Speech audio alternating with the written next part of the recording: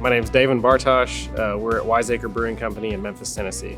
I think we're mostly known for Pilsner. It's about 50% of what we make these days. So we make a very large array of different beers, probably around 300 since we opened in 2013.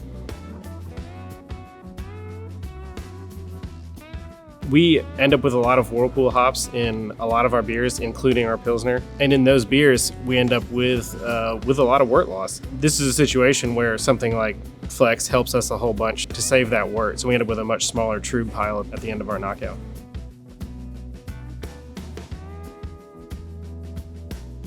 I think bittering is an important part of the brewing process because it balances the product. And it's supremely important like what kind of product is used. So like Flex, I think is a better product, mostly because it gives a cleaner bitterness, just as far as the overall flavor. There's tons of stuff that we like about it, but the biggest thing for me was that we liked it better. It tasted better. I mean, I think you ask any brewer, the preference is always going to be for what tastes better. So that was initially very attractive.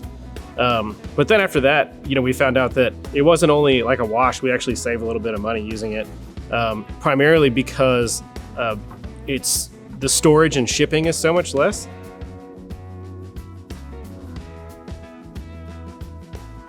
A lot of times, especially if you're using very large loads of bittering hops, lower alpha, lots of quantity, you end up with like a cooked broccoli type bitterness, not a very specific bitterness. And I think Flex gives you a very specific bitterness. It's just bitterness without flavor.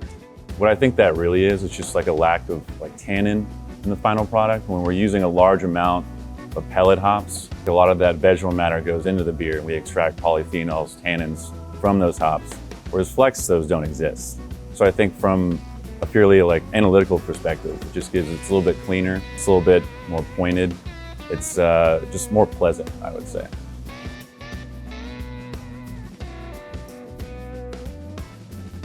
Just having a hop bittering that is much higher in alpha acids means that it's a much more compact version of the same thing. It stores in neat little, very stackable jugs as opposed to bags and boxes that take up a lot of space. Same thing with shipping. You can get so much more of it on a pallet than you can traditional hops. For me, it's really just a convenience factor. Like Flex in a mill room where I can just use it, weigh it, put it in the silo beforehand is a lot better than having an 1,100 pound pallet that I have to bring out, weigh 20 pounds of hops and then add in. It's just on a day-to-day basis. It's a much easier product to use.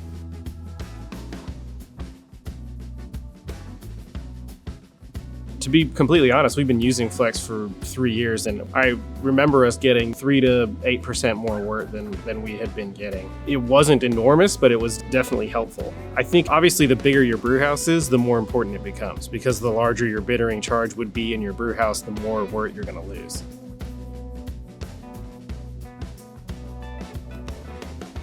Having something that's always balanced at almost the same alpha acid every single year means that we're not having to adjust our recipes. We could have a lot more consistency in our products. And having beers that taste the same from month to month and from year to year is really important in our industry. It definitely helps with making sure that we have product consistency.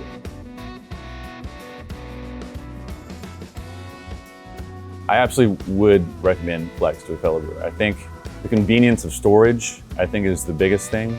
As far as the day-to-day usage, it just makes brewing easier.